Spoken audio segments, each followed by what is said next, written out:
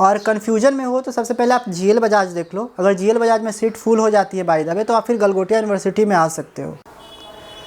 हाँ तो दोस्तों, अब सेकेंड टॉपिक जो हमारा है कॉलेज कन्फ्यूजन के बारे में है। कौन से कॉलेज में एडमिशन लूँ एमबीए में, कौन से कॉलेज में नहीं लूँ, सबसे सस्ता कॉलेज कौन है, सबसे अच्छा कॉलेज कौन है। क्योंकि जो भी मिडिल क्लास के फैमिली होते हैं सबसे पहले देखते हैं कि सबसे सस्ता कॉलेज कौन है और सबसे अच्छा कॉलेज कौन है। जो पैकेज है वो कितना लगा था, एवरेज पैकेज जो कितना लगती है, और सबसे लो पैकेज कितना आता है, सबसे हाईएस्ट पैकेज कितना जाता है। गुड मॉर्निंग दोस्तों, तो कैसे हो। एक्चुअली ये वीडियो जो आ रही है करीब करीब बहुत टाइम के बाद आ रही है।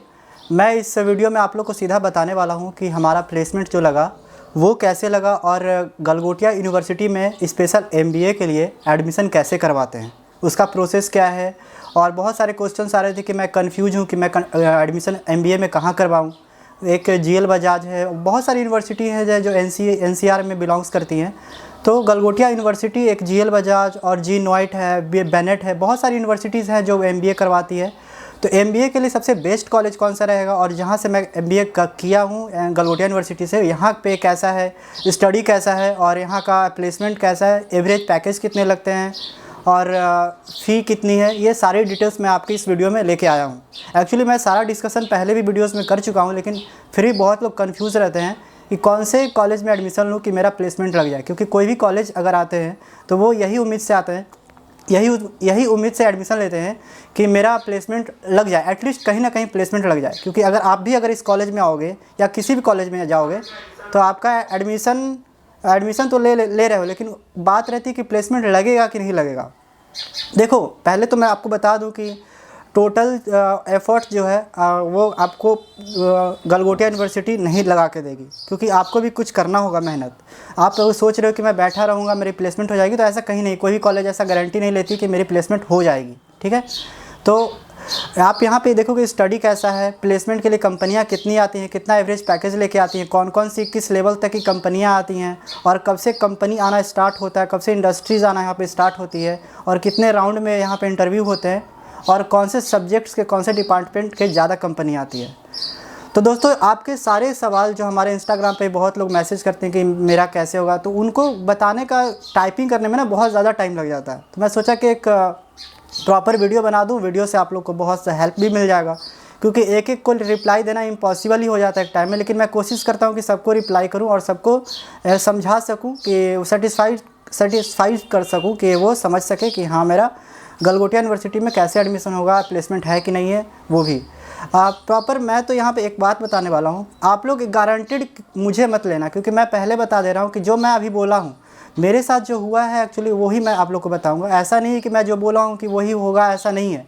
गलगोटिया यूनिवर्सिटी का अपना लॉ है, अपना कानून है, अपना नियम है, वो कभी भी कुछ भी कर सकती है। तो ऐसा नहीं कि मैं बोला कि यही प्रोसेस है तो ऐसा ही प्रोसेस होगा, क्योंकि मेरे साथ जो हुआ मैं वो आप लोग के साथ शेयर कर रहा हूँ। आप लोग ऐसा बात बोलोगे भैया आपने ऐसा बोला था, फिर आपने ऐसा बोला था तो ऐसा हो गया। देखो, मेरे गलगोटिया यूनिवर्सिटी मुझे पैसा नहीं दे रही है, उसकी बड़ा एक्चुअली मेरा यूट्यूब चैनल है, तो मैं आप लोग को बस उसके ज़रिए आप लोग की एक हेल्प कर रहा हूँ, ठीक है। गलगोटिया यूनिवर्सिटी मुझे पैसा नहीं दे रही है कि हाँ तुम मेरा कॉलेज को प्रमोट करो या कुछ करो, ऐसा कुछ भी नहीं है। तो मेरे साथ जो हुआ वो मैं आप लोग के सामने बताने वाला हूँ। तो बस आप पूरी वीडियो में बने रहना। वीडियो थोड़ी लंबी होगी तो आप उसका टेंशन मत लो, मैं एक एक चीज़ आप लोग को आज बताऊँगा। दोस्तों, सबसे पहले यहाँ पे हम बात करते हैं कि गलगोटिया यूनिवर्सिटी और एक गलगोटिया कॉलेज है, दोनों दो है। एक गलगोटिया कॉलेज अलग है, गलगोटिया यूनिवर्सिटी अलग है। तो गलगोटिया कॉलेज जो है वो AKTU के अंडर वो एफिलेटेड है। तो गलगोटिया कॉलेज का जो भी वो लॉ होता है, कब से एग्ज़ाम उसका लेना है, कब क्या करना है, उसका एक अपना वो AKTU जो कहती है वो गलगोटिया कॉलेज करती है। वो एक्चुअली इंजीनियरिंग कॉलेज है, बीटेक के बच्चों के लिए वो सही है। तो अभी मैं प्रॉपर बात करूँ गलगोटिया यूनिवर्सिटी के बारे में। तो दोनों का जो डिस्टेंस है वो 14 से 13 किलोमीटर है, 13 से 14 किलोमीटर का डिस्टेंस है। गलगोटिया कॉलेज आपका जो है नॉलेज पार्क 3 के पास है, और गलगोटिया यूनिवर्सिटी है वहाँ से 13 किलोमीटर अंदर यमुना एक्सप्रेसवे हाईवे की साइड है गलगोटिया यूनिवर्सिटी। तो अगर आप हॉस्टल्स अगर यहाँ पे लेना चाहते हो तो इस टॉपिक पे भी मैं आऊँगा। तो सबसे पहले मैं बात करता हूँ कि गलगोटिया यूनिवर्सिटी में एडमिशन का जो प्रोसेस है वो मैं आप लोग से डिस्कस करने वाला हूँ। तो यहाँ पे आप जून और जुलाई एडमिशन तो इनका 365 डेज़ रहता है। जब भी आप कॉल करोगे बोलेंगे कि हाँ एडमिशन हो रहा है।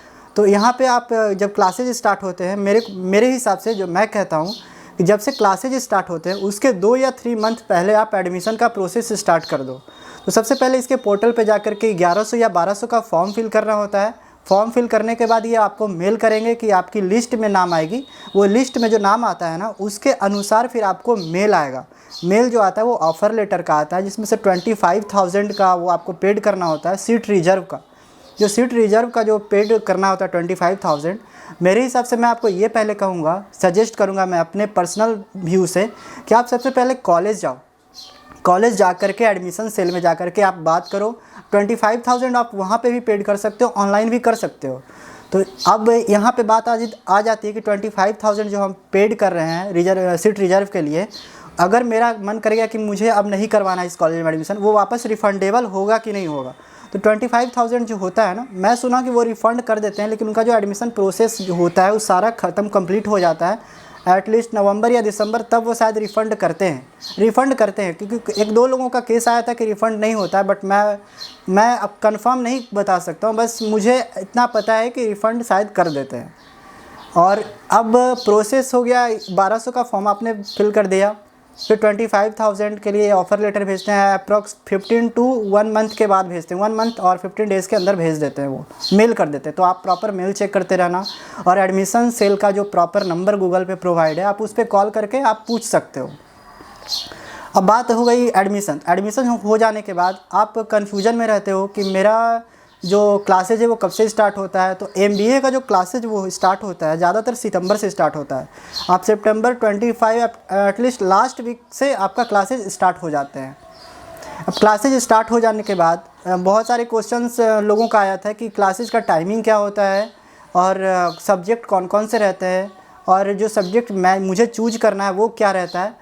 तो मैं बता दूं कि इसमें MBA में सबसे पहले जो ऑप्शंस होता है वो सिंगल रहता है, सिंगल सब्जेक्ट रहते हैं, और ड्यूल स्पेशलाइजेशन होता है। तो ड्यूल स्पेशलाइजेशन और सिंगल की मैं बात करूं तो सिंगल में ये होता है ना कि कोई आप पर एक सब्जेक्ट ले करके आप उससे स्टडी कर सकते हो सेकेंड ईयर में। लेकिन आप ड्यूल स्पेशलाइजेशन में क्या होता है ना कि आपके पास ऑप्शन होता है। इसमें अगर आप मार्केटिंग ले रहे हो, फाइनेंस ले रहे हो, IT ले रहे हो, या बिजनेस एनालिटिक्स ले रहे हो, या ऑपरेशंस ले रहे हो, तो इसमें से आपको कोई 2 सब्जेक्ट आप चूज कर सकते हो। जैसे कि मेरा था मार्केटिंग और IT था। तो आपके पास ऑप्शंस रहता है ना कि अगर आपका मार्केटिंग में प्लेसमेंट नहीं हुआ तो आप IT सेक्टर में जा सकते हो, एक बैकअप प्लान रहता है यहाँ पे। और अगर आपका IT में नहीं हुआ तो आप मार्केटिंग में जा सकते हो, या फाइनेंस में नहीं हुआ तो फिर बिजनेस एनालिटिक्स में जा सकते हो, बिजनेस एनालिटिक्स में नहीं हुआ तो आप फाइनेंस में जा सकते हो। तो 2 सब्जेक्ट में आपके पास ऑप्शन रहता है कि आप एक बैकअप रहता है कि आपका इसमें नहीं हुआ तो इसमें हो जाएगा। और जो सब्जेक्ट चूज करने का जो ऑप्शन होता है दोस्तों, मैं आपको बता दूं ड्यूल स्पेशलाइजेशन के लिए, वो सेकेंड ईयर से होता है। यानी कि टोटल 4 सेमेस्टर होते हैं, फर्स्ट एंड सेकेंड, पहला ईयर, दूसरा ईयर में थर्ड और फोर्थ। और जो पहला ईयर में होता है वो आपको सारा का सारा सब्जेक्ट स्टडी करवाया जाएगा। Marketing, finance, ethics, managerial economics, बहुत सारे सब्जेक्ट्स होते हैं जो मैं मेंशन कर दूंगा डिस्क्रिप्शन में, या तो फिर आप पर्सनली आप मेरे को मैसेज करना कि कौन कौन से सब्जेक्ट होते हैं, मैं आपको लिस्ट भेज दूँगा, ठीक है। तो इसमें आपका जो सब्जेक्ट चूज करने का ऑप्शन आता है ड्यूल स्पेशलाइजेशन में, वो आपका सेकेंड ईयर में आता है, यानी कि थर्ड सेमेस्टर में आता है। तो मेरा मार्केटिंग और IT था, तो मैं मार्केटिंग और IT थर्ड सेमेस्टर में चूज करा था। उसके पहले मेरे को सारा का सारा सब्जेक्ट पढ़ाया गया था। और एक बात याद रखना कि अगर आप गलगोटिया यूनिवर्सिटी में MBA कर रहे हो तो आप सेकेंड सेमेस्टर में जब आप जाओगे, कॉलेज लाइफ पूरा फुल एंजॉय करोगे। यहाँ पे कॉलेज लाइफ बहुत अच्छा है यहाँ पे, और क्लासरूम्स भी बहुत बड़े बड़े हैं, और बहुत अच्छे प्रोजेक्टर्स वगैरह लगे हुए हैं, और फैकल्टीज़ भी बहुत अच्छे यहाँ पे हैं। लेक्चर इंग्लिश टू इंग्लिश होता है। अगर आपको इंग्लिश नहीं आती हो तो अभी से ही क्लास करना स्टार्ट कर दो इंग्लिश की, तो इंग्लिश आपको समझना और पढ़ना बहुत मस्ट हो जाता है यहाँ पे। तो अब मैं बात करता हूँ कि यहाँ पे जो सब्जेक्ट्स होते हैं ड्यूल स्पेशलाइजेशन में, वो चूज करने का तो मैंने बता दिया कि थर्ड सेमेस्टर। और यहाँ पे मैं बात कर रहा था इंटर्नशिप जो होता है ना, वो सेकंड सेमेस्टर में जैसे ही आप जाओगे तो इंटर्नशिप के लिए अलग कंपनियाँ आती हैं, उसमें आप इंटरव्यू दे करके इंटर्नशिप करोगे। इंटर्नशिप 1 महीना या 2 महीना का अप्रोक्स होता है। तो इंटर्नशिप कर लेना ध्यान से, क्योंकि इंटर्नशिप के बार बार मैं इसीलिए इंटर्नशिप के बारे में बोल रहा हूँ कि अगर आप प्लेसमेंट में बैठोगे HR के सामने, तो वो आपका रिज्यूमे देखती है, और रिज्यूमे में सबसे पहले वो नोट देखती है कि आप इंटर्नशिप करे हो या फिर आपके पास एक्सपीरियंस है, ये सबसे पहले देखती है। आपका इंट्रोडक्शन तो लेगी, इंट्रोडक्शन लेगी, आपका फैमिली बैकग्राउंड जाएगी, वो टॉपिक पे मैं अलग बात करूँगा। सबसे पहले आप इंटर्नशिप की मैं यहाँ पे बात कर रहा हूँ, तो इंटर्नशिप आप ज़रूर कर लेना। अगर कॉलेज से इंटर्नशिप नहीं मिल पाती है एनी रीज़न, ऐसे तो इंटर्नशिप के लिए कंपनियाँ आती ही हैं, अगर उसमें भी अगर नहीं हो पाती है एटलीस्ट, तो आप कहीं बाहर से इंटर्नशिप कर लेना। और इंटर्नशिप नहीं है जिनके पास जॉब है पहले से, तो वो अपना एक्सपीरियंस रिज्यूमे में ऐड कर सकते हो। आप जो जो प्रोजेक्ट्स पे काम करोगे, वो सारा प्रोजेक्ट्स पे काम करोगे, वो सारा का सारा रिज्यूमे में आप मेंशन करोगे। इंटर्नशिप आप कहाँ से किए हो वो भी आप रिज्यूमे में मेंशन करोगे। तो सारा मेंशन करोगे ना, तो वो एचआर के अंदर एक अलग ही वो अट्रैक्टिव रिज्यूमे हो जाता है, वो इम्प्रेस हो जाता है आपसे।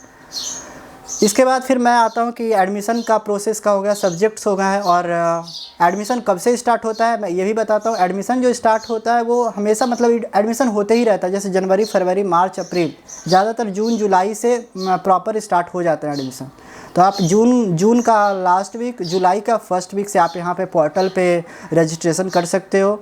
रजिस्ट्रेशन करने के बाद फिर वो कॉल करके पूछ सकते हो कि मेरा वो 15 दिन के अंदर आएगा या 1 महीना के अंदर आएगा, वो लिस्ट में नाम आता है, या फिर वो मतलब जब भी आएगा तो वो 25,000 का वो सीट रिज़र्व होता है। सीट रिज़र्व होने के बाद समझो कि आपका एडमिशन हो गया। नहीं भी होता है ना, नहीं होता नहीं है, हो ही जाता है लगभग, मैंने ऐसा सुना कि सबका हो जाता है एडमिशन।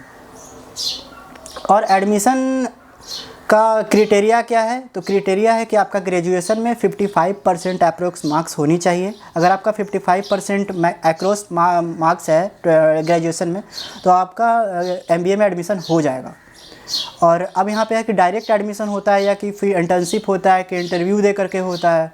तो जनरली मैं एक बात बता दूं दोस्तों कि यहाँ पे जो मैं भी बात आपसे बोल रहा हूँ, मैं एज ए स्टूडेंट बोल रहा हूँ। यहाँ पे मैं एज ए स्टूडेंट जो मेरे साथ हुआ है वो मैं आपको बता रहा हूँ सीधा। यूट्यूब पे बहुत सारी आपको वीडियोस मिलेंगी कि इंटरव्यू होता है, ऐसे होता है, वैसे होता है प्रोसेस, लेकिन जो मेरे साथ हुआ है मैं वो आपको बता रहा हूँ, ठीक है। अब अभी आप आओगे, आपके साथ क्या होगा, जो मेरे साथ हुआ है वो बता रहा हूँ, क्योंकि अधिकतर मैं अभी भी जो मेरे जूनियर्स हैं वो भी एडमिशन करवाए हैं, तो मैं उनका इंटरव्यू पिछले आप वीडियो में देखा, मैं उसको मेंशन कर दूंगा। मैं उनका इंटरव्यू लिया हूँ कि आपका एडमिशन यहाँ पे कैसे हुआ, क्या हुआ, तो वो उन्होंने बताया है। डायरेक्ट एडमिशन होती है यहाँ पे। 55% मार्क्स आपका ग्रेजुएशन में होना चाहिए। ये मैटर नहीं करता है कि आपका पीसीएम है, कि आपका बायो है, आपका स्पेशलाइजेशन ग्रेजुएशन में कॉमर्स है, क्या है, कुछ नहीं। आप ग्रेजुएशन किसी भी स्ट्रीम से किए हुए आप एमबीए कर सकते हो, ठीक है।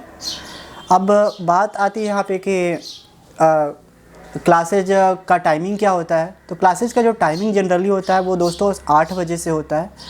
8 बजे से लेकर के डायरेक्ट 5 बजे तक क्लास चलता है। अब तुम बोलोगे कि लगातार क्लास चलती है, तो लगातार क्लास, रेगुलर क्लास नहीं चलती है, बीच में 1 घंटा या 2 घंटा गैपिंग रहता है। लेकिन डेली का डेली आपको 7 से 8 लेक्चर आपको क्लास में अटेंड करना होगा, ठीक है। तो फर्स्ट सेमेस्टर जो होता है ना, वो पूरा का पूरा बिजी शेड्यूल होता है। ऐसा लगेगा कि जैसे कि मैं क्या पढ़ाई कर रहा हूँ, बहुत ज़्यादा बिजी हो जाओगे। आपको प्रेजेंटेशन बनाना रहेगा क्लास में, आपको प्रोजेक्ट्स पे वर्क करना रहेगा। फैकल्टी आपको बहुत हेल्प करती हैं, आपके क्लास के सीआर, आपके जो भी मतलब कोऑर्डिनेटर वगैरह, वो आपको कोऑर्डिनेट करते हैं, आपको गाइड करते हैं यहाँ पे। अगर कुछ भी प्रॉब्लम्स हुई प्रोजेक्ट्स के रिगार्डिंग, तो आप अपने सीआर से, अपने लीडर से बात कर सकते हो, अपने फैकल्टी से बात कर सकते हो जो आपको क्लास में आपको पढ़ाने आते हैं। तो ये सारी चीज़ें हैं यहाँ पे। और रैगिंग वगैरह का देखा जाए कि बहुत सारे 1-2 क्वेश्चंस आए थे कि यहाँ पे रैगिंग वगैरह भी होता है सीनियर्स के थ्रू, तो नहीं, ऐसा कुछ नहीं है, रैगिंग वगैरह बिल्कुल नहीं होता है। आपको बिल्कुल कॉलेज अपना जैसा अपना लगेगा। यूनिवर्सिटी, पूरी यूनिवर्सिटी बहुत अच्छी है, आप बिल्कुल आराम से कहीं भी घूम सकते हो, आराम से एंजॉय कर सकते हो। लेकिन एंजॉय करने के चक्कर में अपना स्टडी मत भूल जाना, स्टडी पे बहुत ज़्यादा फोकस करना, क्योंकि यहाँ पे बैक भी लगते हैं। अगर आप थोड़ा सा भी ये कर दोगे, मतलब कि स्टडी में थोड़ा सा भी मतलब उसको क्या बोलते हैं कि चलो जाने देते हैं, क्या प्रॉब्लम है, एंजॉय कर लेते हैं, मतलब क्या एक दिन पहले स्टडी कर लेंगे, ऐसा कुछ, तो ऐसा कुछ बिल्कुल नहीं है। यहाँ बैक बहुत जल्दी लगती है। तो पढ़ाई लिखाई में आपको कोई कॉम्प्रोमाइज़ नहीं है, आप बिल्कुल स्टडी करना अच्छे से। और पेपर का जो टाइमिंग रहेगा ना वो हाँ, एक चीज़ मैं आपको और बता दूं कि डिबार्ड का जो होता है यहाँ पे प्रॉब्लम होता है, परसेंटेज जो होता है अटेंडेंस का 75% पर सब्जेक्ट होता है। अगर आपका पर सब्जेक्ट 75% अटेंडेंस नहीं है तो आपको डिबार्ड कर दिया जाएगा। पर सब्जेक्ट 2300 पेनाल्टी लेते हैं चार्ज, और आपको एग्ज़ाम भी देने नहीं दिया जाएगा। आपको एग्ज़ाम देने के लिए आपको प्रॉपर समर वैकेशन में वेट करना पड़ेगा। जब लोग इंटर्नशिप कर रहे होंगे तो आप क्लास कर रहे होगे, आप स्टडी कर रहे होगे, आप फिर एग्ज़ाम दे रहे होगे। इसीलिए आप प्रॉपर पर सब्जेक्ट में 75% अटेंडेंस मैंडेटरी है। आप हर सब्जेक्ट में 75% अटेंडेंस करके ही रखना, ठीक है। ये वो नहीं सुनते आपका मेडिकल कि मेरा मेरा पैर टूट गया, मेरी तबीयत ख़राब थी, ये सब कुछ नहीं कोई सुनता है यहाँ पे। और मेरे टाइम में जब आया था मैं यहाँ पे एडमिशन लेके, तो यहाँ पे जो सीनियर्स प्रोफेसर्स होते हैं उनको थोड़ा सा बात करने का तमीज़ नहीं होता है। अगर आप नॉर्मली कुछ पूछ रहे हो तो वो रूडली बिहेव करते हैं, रूडली आपसे बात करेंगे। ये सब सारी चीज़ें प्रॉब्लम्स थी उस टाइम। लेकिन मैं जब 3rd सेमेस्टर क्रॉस किया तो मेरे साथ इधर तो ऐसा नहीं हुआ है, लेकिन उस टाइम मेरे साथ ऐसा बहुत हुआ था। पता नहीं अभी भी ऐसा हो कि जो ऊँचे चेयर पे बैठे हुए हैं उनके थोड़ा सा एटीट्यूड अलग होती है। आप कुछ भी नॉर्मली सा सवाल पूछने जाते हो तो वो चिल्ला के बात करते हैं। तो ये सारी चीज़ें थोड़ी बहुत प्रॉब्लम्स है। और इंटर्नशिप का मैंने बता दिया कि इंटर्नशिप आप कर लेना। MBA में अगर 2nd सेमेस्टर क्रॉस करते हो, 2nd सेमेस्टर जैसे ही क्रॉस होता है वहाँ पे इंटर्नशिप आने स्टार्ट हो जाती है। अब आपका एडमिशन हो गया, यहाँ पे कैसे होता है, एक बार स्टॉप करना। हाँ तो दोस्तों, अब सेकेंड टॉपिक जो हमारा है कॉलेज कन्फ्यूजन के बारे में है। कौन से कॉलेज में एडमिशन लूँ MBA में, कौन से कॉलेज में नहीं लूँ, सबसे सस्ता कॉलेज कौन है, सबसे अच्छा कॉलेज कौन है। क्योंकि जो भी मिडिल क्लास के फैमिली होते हैं सबसे पहले देखते हैं कि सबसे सस्ता कॉलेज कौन है और सबसे अच्छा कॉलेज कौन है। तो मैं NCR में बता दूं, दिल्ली NCR में मैं बता दूं तो सबसे सस्ता कॉलेज तो गलगोटिया यूनिवर्सिटी है, नो डाउट। और सबसे महंगा में आ जाओ तो अमेठी है, जहाँ पे 12 लाख 10 लाख अप्रोक्स लग जाते हैं सिर्फ MBA 2 साल के। और जब गलगोटिया यूनिवर्सिटी में आओगे तो 4 लाख 4.5 लाख के अप्रोक्स, सिर्फ स्टडी का मैं बता रहा हूँ, और बाकी तो ऐड करके अपना हो ही जाता है। तो आप कॉलेज कंपैरिजन करो तो मैं सबसे फर्स्ट प्रायोरिटी GL बजाज को देता हूँ। वो भले ही 1 लाख 1.5 लाख ज़्यादा है, लेकिन सबसे फर्स्ट प्रायोरिटी जो मैं देता हूँ वो GL बजाज को देता हूँ। सेकंड में गलगोटिया यूनिवर्सिटी को देता हूँ। अब आप पूछोगे कि आप खुद गलगोटिया यूनिवर्सिटी में पढ़ रहे हो और आप GL बजाज की बड़ाई कर रहे हो, तो GL बजाज की मैं इसीलिए बड़ाई कर रहा हूँ कि मैं यहाँ से आने से पहले मैं GL बजाज ही देखा था। वहाँ का मैं रिकॉर्ड चेक किया था कि वहाँ का रिकॉर्ड अच्छा है।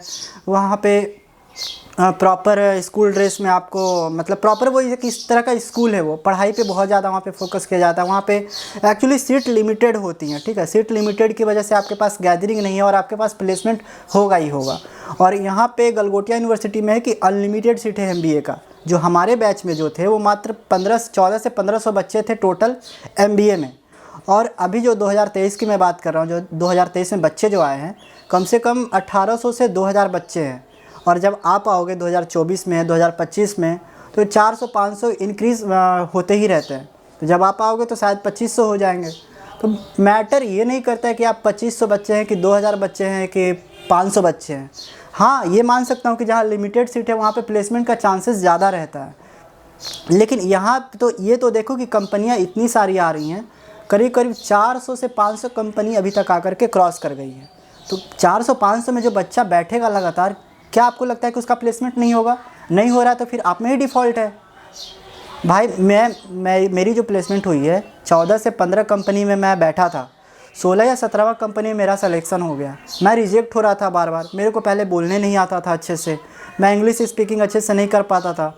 ऐसा नहीं कि आपको इंग्लिश एकदम नहीं आती है या इंग्लिश बहुत फ्लुएंटली भी होना ज़रूरी है।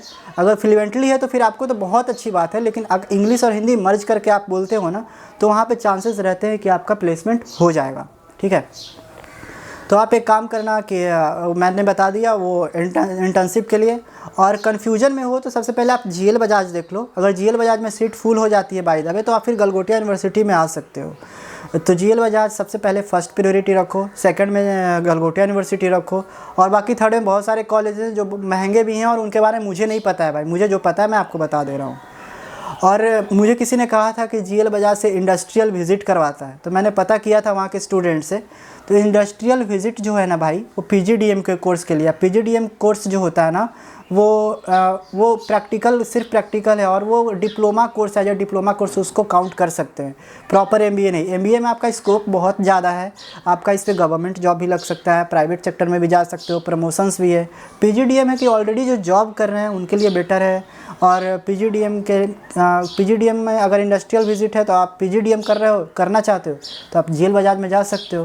तो फिलहाल PGDM की यहाँ पे बात नहीं कर रहा हूँ, मैं MBA की बात कर रहा हूँ। हाँ, तो आप कन्फ्यूजन आपका आई थिंक क्लियर हो गया होगा। अगर वहाँ पे 1 या 1.5 लाख फ़ी ज़्यादा है गलगोटिया GL बजाज में, तो वहाँ पे सीट लिमिटेड होती है। अगर जल्दी आप अप्रैल मंथ में जाते हो, अप्रैल से अगर इंक्वायरी करना स्टार्ट कर देते हो तो आपका वहाँ पे शायद हो सकता है, चांसेस है। और डायरेक्ट एडमिशन होती है, ठीक है। वहाँ कन्फ्यूज़न में मत रहना कि डायरेक्ट एडमिशन होती है, नहीं, वहाँ भी डायरेक्ट एडमिशन होती है। और अब प्लेसमेंट की बात करूँ तो अब मैं आता हूँ प्लेसमेंट पे सीधा। तो कंपनियाँ यहाँ बहुत आती हैं। अब बात कर रहा हूँ कि यहाँ पे कौन से डिपार्टमेंट की कंपनियाँ ज़्यादा आती हैं, कौन से सब्जेक्ट्स की कंपनियाँ ज़्यादा आती हैं। तो यहाँ पे 90% कंपनी जो आती है ना, वो मार्केटिंग से आती है। और फाइनेंस की बात करूँ तो 60 से 70% कंपनियाँ आती हैं, 50 to 60% कंपनियाँ आती हैं। और एचआर की बात करूँ तो 40% आती हैं। ऑपरेशंस की बात करूँ तो 30 to 40 ऑपरेशंस की भी आती हैं। बाकी आईटी की कंपनी बिल्कुल नहीं आती है भाई एमबीए के लिए। आईटी अगर ले रहे हो तो तुम समझो कि प्लेसमेंट नहीं होगा तुम्हारा। बिजनेस एनालिटिक्स ले रहे हो तो प्लेसमेंट नहीं होगा। अगर कंपनी आती भी हो तो सबसे पहले तुमसे एक्सपीरियंस पूछेगी, एक्सपीरियंस तुम्हारे पास रहेगा नहीं, अगर है तो बहुत अच्छी बात है। और वो इक्का दुक्का कंपनी आती है। तो बिजनेस एनालिटिक्स, आईटी ये मत ही लेना तो ज़्यादा अच्छा है। ऑपरेशंस अगर ले रहे हो तो ठीक है, अपना तुम अगर बाहर से कहीं पैकेज लेना चाहते हो तो बाहर से ले सकते हो। और सबसे ज़्यादा मार्केटिंग में सेल्स डिपार्टमेंट की आती है 90%। जिसको भी देखो, आज जैसे कि आज भी एक कंपनी भी मैं यहाँ आपसे बात कर रहा हूँ तो कोई ना कोई कंपनी वहाँ पे आई हुई होगी, तो वो मार्केटिंग की है होगी या तो फिर फाइनेंस की होगी। तो मार्केटिंग की सबसे ज़्यादा आती है। ड्यूल स्पेशलाइजेशन ले रहे हो तो एक मार्केटिंग ज़रूर रखना। जैसे मैं रखा था आईटी, मुझे पता था कि गलगोटिया यूनिवर्सिटी आईटी से प्लेसमेंट नहीं देगा, लेकिन फिर भी मैं आईटी रखा, क्योंकि आईटी से मैं कहीं एज अ फ्यूचर बाहर भी प्लेसमेंट ले लूँगा, क्या प्रॉब्लम है। लेकिन मार्केटिंग इसीलिए रखा कि मुझे प्लेसमेंट लेना था। तो ये थी सारी प्लेसमेंट और की स्ट्रैटेजी और कैसे कैसे क्या करना है। और मैं प्लेसमेंट मेरी कैसे लगी, इंटरव्यू में क्या क्या क्वेश्चंस थे, मेरे से क्या क्या पूछा गया, ये मैं अभी थोड़ी देर में आपसे बताने वाला हूँ। दोस्तों मैं प्लेसमेंट पे एक बार फिर से यहाँ पे आपसे बात कर रहा हूँ, क्योंकि यहाँ पे मैं प्लेसमेंट में ये बात करने वाला हूँ कि मेरा जो पैकेज है वो कितना लगा था, एवरेज पैकेज जो कितना लगती है, और सबसे लो पैकेज कितना आता है, सबसे हाईएस्ट पैकेज कितना जाता है। और दूसरा मैं बात करने वाला हूँ कि इसका जो डिग्री है वो कितने टाइम में मिलता है लास्ट में, और हमारा जो पीजी हॉस्टल है वो कैसा है, यहाँ पे प्रोवाइड होता है नहीं होता इस पर। तो सबसे पहले मैं प्लेसमेंट पे बात करने वाला हूँ। प्लेसमेंट जो है वो एवरेज जो है वो आपका 4 से 5 लाख से अगर ज़्यादा जाना है तो आपको एफ़र्ट थोड़ा सा ज़्यादा लगाना पड़ेगा। और इंग्लिश तो एकदम बिल्कुल फ्लुएंटली रहना पड़ेगा, आपको बिल्कुल भी बीच में रुकना नहीं है। और हमारी जो प्लेसमेंट थी वो कैसे लगी वो मैं आपसे शेयर करूँगा। तो सबसे पहले एवरेज पैकेज जो है 4 से 5 लाख, सबसे लोएस्ट पैकेज यहाँ पे 3 लाख गया है। और थर्ड पार्टी कंपनी भी बहुत सारी आती है, जैसे कि सेल्स में आ गई आपको as a sales QR code, sales clothes, sales any items, बहुत सारी सेल्स में ऐसे आ जाती हैं। अब आप सोचोगे कि MBA करके मैं सेल्स करूँगा, भाई मार्केटिंग ले रहे हो तो सेल्स तो करना ही पड़ेगा। ये कभी मत सोचना कि मैं सेल्स करूँगा, मार्केटिंग में जाओगे तो आपको सेल्स करना ही पड़ेगा, ठीक है। तो यहाँ पे आपको सबसे पहले देखा जाता है एक्सपीरियंस। अगर आप 6 महीना 1 साल भी कर लेते हो तो सबसे बड़ी बात है कि आपके पास यहाँ पे एक्सपीरियंस हो जाएगी।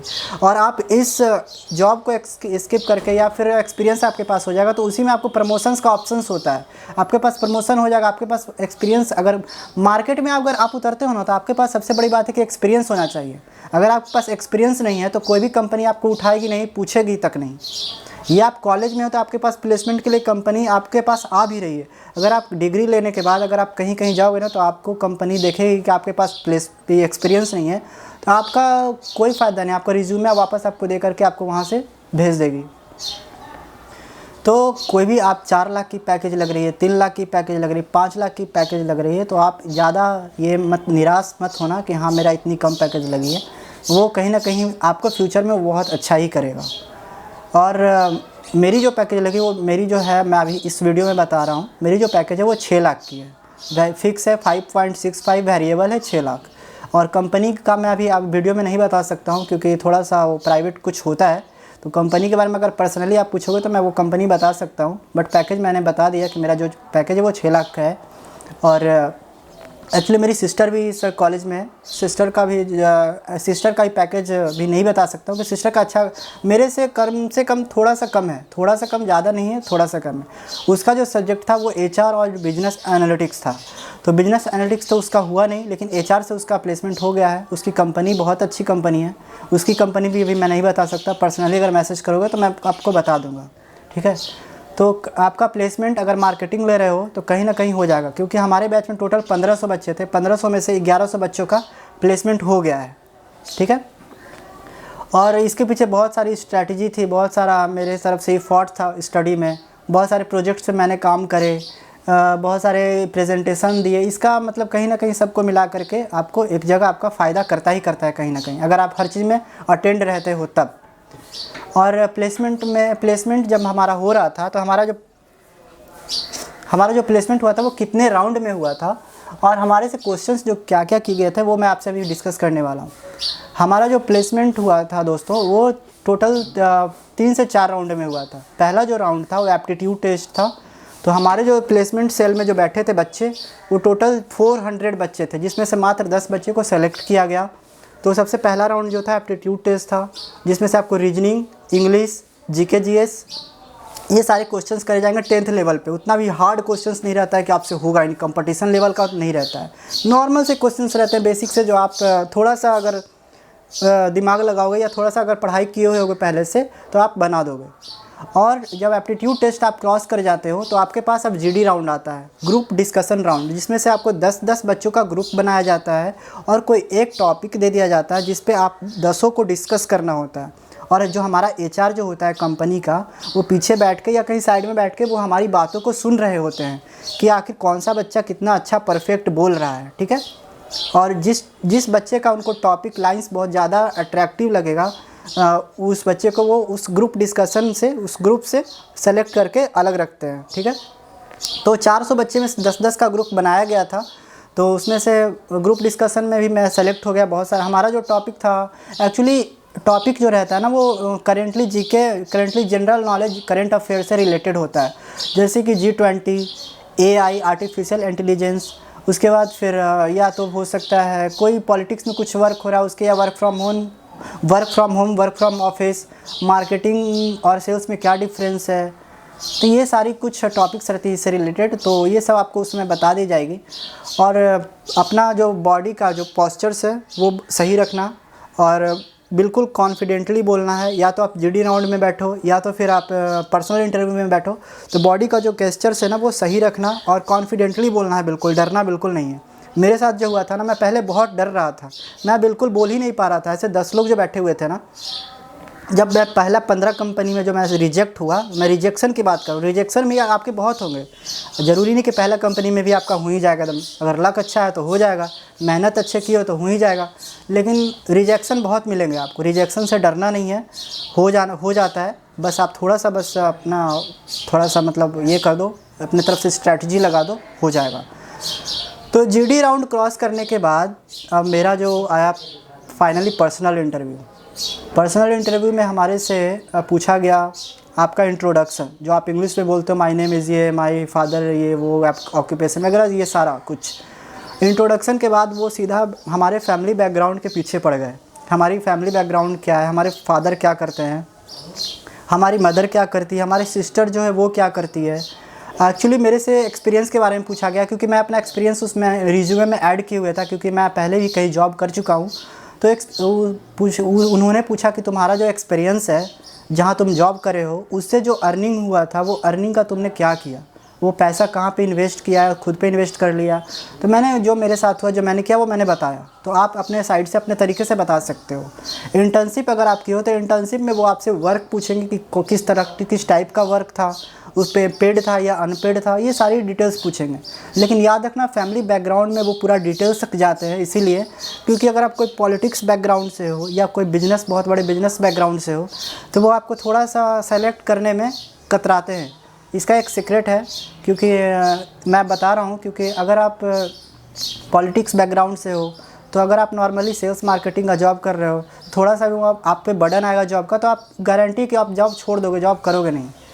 तो ये सब थोड़ा सा होता है कि ज़्यादा वो अमीरी दिखाना भी नहीं होता है कि हाँ मैं बहुत ज़्यादा अमीर हूँ, इंटरव्यू के टाइम में कि मैं बहुत ज़्यादा पैसे वाला हूँ, तो जॉब का कोई ज़रूरत ही नहीं भाई। तो जब तुम बहुत ज़्यादा पैसे वाले हो, तुम्हारे पॉलिटिक्स बैकग्राउंड है, तो तुम इंटरव्यू क्यों दे रहे हो? मत दो जॉब के लिए 10-15 हज़ार के लिए या 40-50 हज़ार के लिए, मत दो जॉब, तुम्हारा घर पे इतना है। तो बहुत लोग क्या है ना कि डिग्रियाँ लेने के लिए आते हैं, MBA का डिग्री लेने के लिए आते हैं, MBA का डिग्री लेकर वो वापस चले जाते हैं, क्योंकि उनका ऑलरेडी घर पे बिजनेस चल रहा होता है, उनके पापा का बिजनेस होता है, पॉलिटिक्स में होते हैं, तो वो सिर्फ डिग्री लेने के लिए आते हैं। बहुत लोग हैं कि जिनको नीड होता है सच में कि मुझे जॉब चाहिए। तो ये सारी बातें हैं जो मेरे साथ हुआ, वो मैं आपके सामने रखा हूँ। और इंटरव्यू बस यहीं पे ख़त्म हो जाता है लास्ट। इसके बाद सिलेक्शन का वो मेरिट लिस्ट निकला था हमारा, फिर वो शॉर्ट लिस्ट हुआ था। उसके बाद ऑफ़र लेटर ये भेजते हैं कि आपका तब कब से ज्वाइनिंग है। ऑफ़र लेटर अगर आप एक्सेप्ट कर लेते हो तो उसके बाद फिर आपका एक डेट दिया जाएगा, किस डेट से आपका ज्वाइनिंग है, वेलकम करते हैं। और एक चीज़ और यहाँ पे आप लोग का क्वेश्चन होगा ना, मतलब एक क्वेरी होगा आप लोग का कि मेरा एक कंपनी में सिलेक्शन बाय द वे हो गया, मान लिया 6 लाख 7 लाख में मान लिया हो गया, या 3 लाख में 2 लाख में हो गया, 2 लाख नहीं 3 लाख या 4 लाख में मान लिया सिलेक्शन हो गया आपका, तो क्या आप दूसरी कंपनी में बैठ सकते हो? मतलब 5-4 लाख की कंपनी में बैठ सकते हो? हाँ ज़रूर बैठ सकते हो, लेकिन अगर आपका 5 लाख कंपनी 5 लाख के पैकेज वाले में हो गया तो 5 लाख के पैकेज के नीचे वाले में नहीं बैठ सकते हो, 5 लाख के पैकेज के ऊपर वाले में आप सारी कंपनी में बैठ सकते हो। ठीक है, तो पहला प्लेसमेंट का जो होता है ना 3 स्टेज होता है, पहला स्टेज, दूसरा स्टेज, तीसरा स्टेज। पहला स्टेज में जो कंपनियां आती हैं वो भर भर के आती हैं, दूसरे स्टेज में थोड़ा सा कम आती है, तीसरे स्टेज में 2 दिन 3 दिन के बाद कंपनियां आती, कंपनियां आते रहती हैं, अभी भी कंपनियां आ रही हैं, लेकिन अभी 2 या 3 दिन ब्रेक कर करके कंपनियां आते ही रहती हैं। अभी तक कम से कम 400 से 500 कंपनी आके चली गई है, और कंपनी जो आना स्टार्ट होती है 3rd सेमेस्टर में, आपको अगस्त से कंपनियां आना स्टार्ट हो जाती हैं। तो फाइनेंस की जो हमारे पास जो कंपनी आई थी, सबसे पहले विप्रो कंपनी आई थी जो बहुत अच्छी कंपनी है कॉर्पोरेट में, और KPMG आई थी, जेनपैक जैसी कंपनियां आई हुई हैं, KPMG विप्रो जैसे मैंने बता दिया। फिर IDFC बैंक की कंपनी आई, HDFC आई है। ये सारी कंपनियां फाइनेंस को लेकर के आते रहती हैं। और मार्केटिंग की तो बहुत सारी कंपनियाँ आती हैं, एयर इंडिया भी मार्केटिंग को लेकर आई थी, बहुत सारी कंपनियाँ आती हैं। तो ये सारा मेरा इंटरव्यू का आज मैंने बताया कि मेरा सिलेक्शन कैसे हुआ, मेरा पैकेज कितना था, ये सारा कुछ था। तो दोस्तों और भी अगर कुछ इसके अलावा क्वेश्चंस होगा तो मैं एक ऑलरेडी सेपरेट वीडियो बना दिया करूँगा। और हाँ, एक हॉस्टल्स और PG का मैंने बात नहीं किया, तो हॉस्टल्स जो है दोस्तों, बॉयज़ हॉस्टल जो है गलगोटिया यूनिवर्सिटी में अवेलेबल है। गलगोटिया यूनिवर्सिटी में गर्ल्स हॉस्टल अवेलेबल नहीं है। अगर गर्ल्स हॉस्टल लेना हो तो आप गलगोटिया कॉलेज में ले सकते हो, गलगोटिया कॉलेज का अपना गर्ल्स हॉस्टल है, या तो फिर अलग से गर्ल्स हॉस्टल ले सकते हो, गर्ल्स PG ले सकते हो, बॉयज़ PG ले सकते हो। जैसे मैं जो रह रहा था वो बॉय PG में रह रहा था। बॉय PG में क्या है ना कि आपका सारा कुछ मिलेगा। जो मेरा जो बेड था वो 9,000 पर बेड था, जिसमें आपको खाना मिलेगा 2 टाइम नाश्ता मिलेगा, सुबह 8 बजे नाश्ता, कॉलेज जाते हो तो आपके लिए लंच पैक करके दे दिया जाएगा, गीजर मिलेगा आपको, फ्रिज मिलेगा, सर्वेंट यहाँ पे आते हैं रूम वगैरह साफ़ करने के लिए, यहाँ पे सर्वेंट आते हैं, वॉशरूम वगैरह साफ़ करके चले जाते हैं, वो वॉशिंग मशीन दिया जाएगा। और कॉलेज से लेकर के हॉस्टल तक आपको ट्रांसपोर्ट रहेगा। आपको ट्रांसपोर्ट का 4 टाइम सुबह में रहता है, 4 टाइम शाम में रहता है, 2 बजे, 3 बजे, 4 बजे, 5 बजे और एक 6 बजे रहता है। तो आपको जो टाइम प्रेफर होता है उस टाइम में आप अपना अप एंड डाउन कर सकते हो। ठीक है, तो ये सारी चीज़ें हॉस्टल्स PG के साथ रहती हैं। खाना भी ठीक लगा, अपना खाना देख लेना, खाना गारंटी मैं नहीं देता हूँ कि सही रहेगा, मुझे अच्छा लगा। मैं 1.5 साल उसी PG में रहा जिस PG का मैंने पीछे वीडियो अपलोड कर चुका हूँ, आप देख सकते हो जाके। तो ये सारा आज क्वेश्चंस आप लोग के लिए था। आप लोग को कैसा लगा ये वीडियो? हमारा वीडियो अगर अच्छा लगा तो हमारे चैनल को सब्सक्राइब कर देना दोस्त, और हमारा वीडियो को शेयर कर देना। और बस आप कमेंट में करना, कमेंट में बताना कि आपको और क्या पूछना है, क्या जानना है, उसके हिसाब से मैं नेक्स्ट वीडियो लाऊंगा। तो मिलते हैं किसी नए वीडियो में नए टॉपिक के साथ, तब तक के लिए नमस्कार, राधे राधे, जय श्री राम। दोस्तों हमारा वीडियो आज का कैसा लगा बता देना, और अगर अच्छा लगा तो हमारे चैनल को सब्सक्राइब कर देना, शेयर कर देना। ऐसे ही और भी वीडियो लाते रहूँगा। जो भी आपका क्वेश्चन हो कमेंट में एक बार बोल देना किस टाइप का आपको पूछना है, क्या पूछना है। तो आई थिंक आप लोग का सारा कन्फ्यूज़न दूर हो गया होगा इस वीडियो से। तो चलो मिलते हैं फिर एक नए टॉपिक में। और हमारा जो एक ज्वाइनिंग है वो सितंबर में है, बता देता हूँ पहले। ये मत पूछना कि आपकी ज्वाइनिंग कब है, कब से है। तो सितंबर में ज्वाइनिंग अभी तो कंप्लीट ही होगी। 4th सेमेस्टर का फाइनल नहीं दिया हूँ, फाइनल दूंगा करीब मई में। मई के बाद फिर रिज़ल्ट आएंगे वो फिर। और डिग्री जो मिलती है ना वो शायद 1 साल का टाइम लग जाता है डिग्री मिलने में। तो रिज़ल्ट आ जाती है, रिज़ल्ट का कोई टेंशन नहीं। अगर प्लेस्ड हो जाते हो तो फिर क्या ही टेंशन है यार, प्लेसमेंट का ही तो लोचा रहता है सब। ठीक है, bye bye, love you all.